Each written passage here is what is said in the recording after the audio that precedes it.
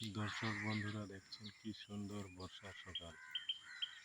আকাশে মেঘ লেগেছে কিন্তু বৃষ্টি হচ্ছে না। চারিদিকে নির্জন নিশ্চুপ ভাব, মাঠ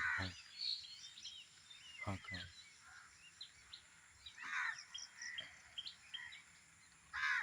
পাখিদের কিচিরমিচির আওয়াজ।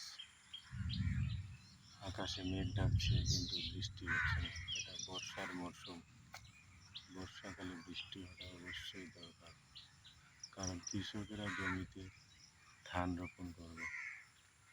এই ধান রোপণ করে তাদের আয়ের হিসাব নেবে।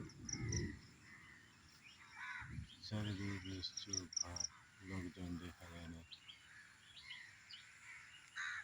মোট কথা গ্রাম বাংলার পরিবেশ সবুজ, নির্মল, শান্ত, স্নিগ্ধ, সুমধুর, মিষ্টি। বন্ধুরা, যদি ভিডিওটি ভালো লাগে লাইক, শেয়ার, সাবস্ক্রাইব